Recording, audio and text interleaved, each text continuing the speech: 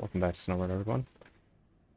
The purpose of today's video is to show modders how to correct the persistent suspension and tire glitch that's been going on with the PTS Public Test Server update. So, as you can see through this truck here, instead of buying the truck, I'll just demonstrate here in the options. This truck hasn't been repaired. It's going to do something even funkier than it does normally on the PTS because of a botched repair attempt I made the other day. So, as you can see, the back end of the truck rises dramatically when switching suspensions.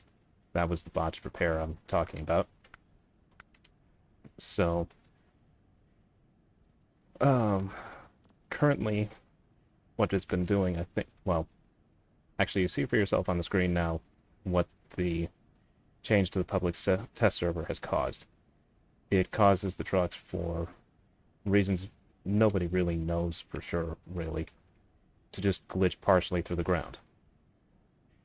Now, there's a myriad of ways to go about fixing this, but the way I've discovered that's most effective, I've already done it to this truck here, which, for those of you who don't know, this is my next release. This is called Thor, and as you can see, just opening up the suspension options, it behaves completely normally when you switch between suspensions. It might compress slightly, as you can see, but at the very least there's no strange dive into the ground. Also, when you switch tires, it behaves absolutely normally. Nothing's glitching underground, so it's doing everything it should be doing. And we'll switch back to the Suburban here for a second and go to the tires. So, as you can see here with the tires, well, of course now it doesn't want to do it that the camera's going, but, oh, there we go. That's pretty bad. So yeah, this is the issue that the public test server has brought about. Currently, this is the only known fix, which now we'll switch from the game to Blender, so I'll be back in a minute.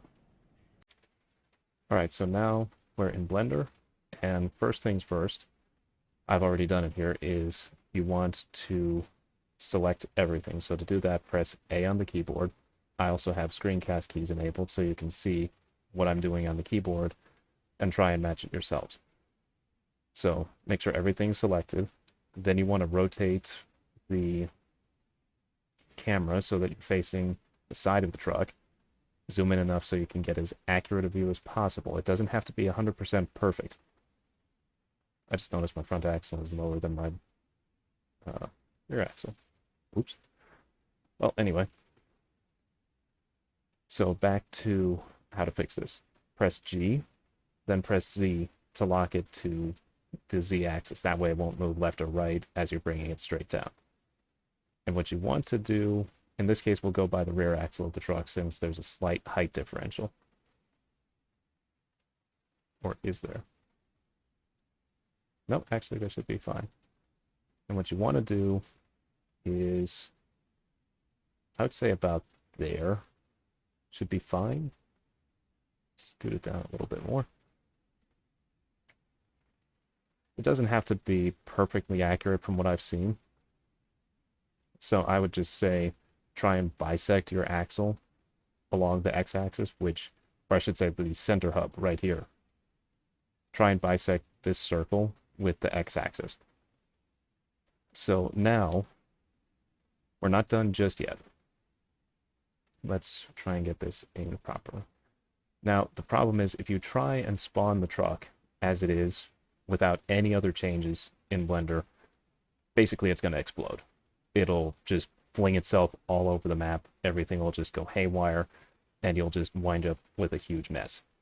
So to cure this, first of all, what you do is, with everything selected again, press A again, Control A, come down here to All Transforms, click that, and now everything registers in Blender as having moved. So now that's been done, we have to turn our attention to the truck's skeleton, which is this thing right here. This is the bone. And as you can see from other highlighted parts, it's the entire skeleton of the truck. So switch to edit mode, select the bone here, and then press Shift S. Now what you want to do is click this option, selection to cursor.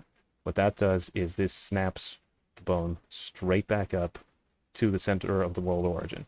This should prevent any and all explosions from happening in your model when you bring it back into Snowrunner. So switch back to object mode, select everything again, Control A, all transforms, and you're done.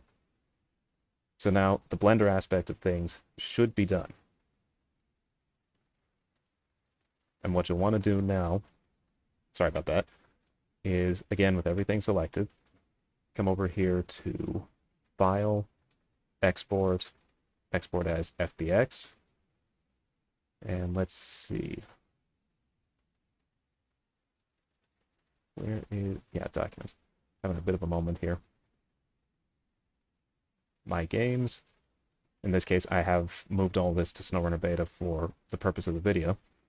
Media, Mods, TTC Suburban, Meshes, Trucks. Now, it has an existing FBX here, which that's fine. This will completely overwrite it.